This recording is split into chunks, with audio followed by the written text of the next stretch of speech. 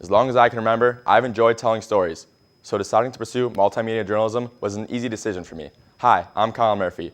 Through the University of Iowa School of Journalism, I've learned to cover multiple topics, write for TV and radio, and continue to polish my skills as a journalist. In my reel, you will see examples of me producing packages, completing a day turn, and producing a newscast. Thank you for taking the time to give my work a look. Enjoy.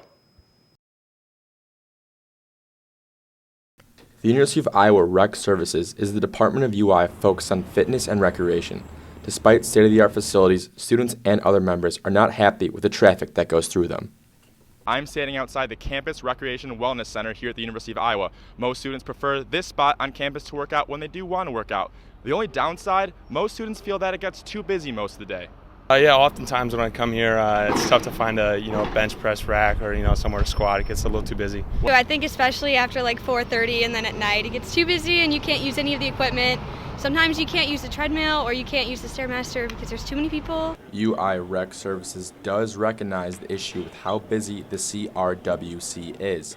I caught up with Assistant Director of Marketing, Justin Holman, to see what the plan is to make it better. We've looked at different plans of kind of expansion type stuff and seen what our users want, our members and things along those lines, to see if we do need to build in this location or if we were going to build somewhere else. The second busiest facility on campus is the Fieldhouse.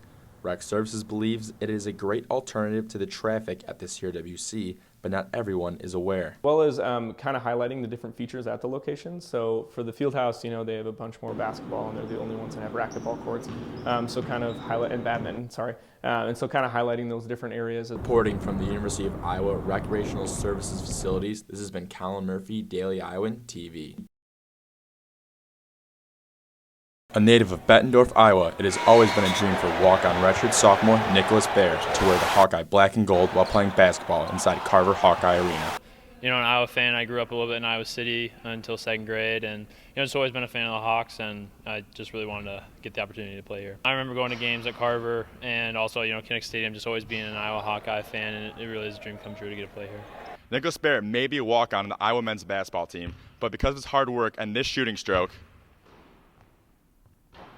he gained the confidence and trust of head coach Fran McCaffrey to start seeing the floor more. It was not just Baer's improved jump shot that the coaches noticed. Baer is known for his hustle on the floor, an attribute all coaches love. His three-point shooting was something he's definitely really improved on from when he first arrived on campus. He's such a hustle player and he has a knack for every loose ball. Nicholas hopes to earn a scholarship and remove the tag of being a walk-on.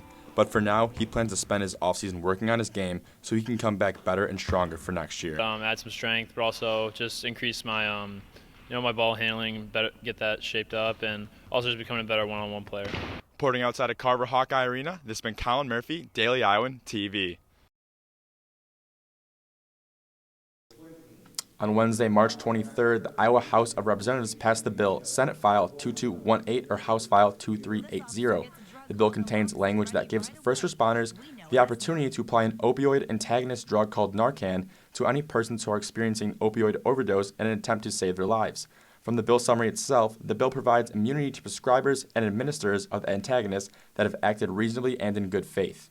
And I talked to a bunch of my fire chiefs as well as some of my EMS folks, and they are all for Narcan. Last year, the bill did not pass the House, but after gaining support, only 2 members of the House of Representatives did not vote to pass the bill. Iowa Senator Jeff Danielson says that any chance you had to save someone's life, you should take, and that it only took time for people to become educated on the subject. In those circumstances where you can save a life, we ought to do it. And it's our job, especially when you think about why democracy works well, it's our job to learn together. And sometimes new ideas take a while for folks to sort through. For Wednesday, the bill allowing the use of Narcan took some getting used to at the Capitol. The holdup was due to law enforcement officers continuing to think to prosecute a person for using illegal drugs first, even if they were acting as a good Samaritan, helping out an overdosing friend.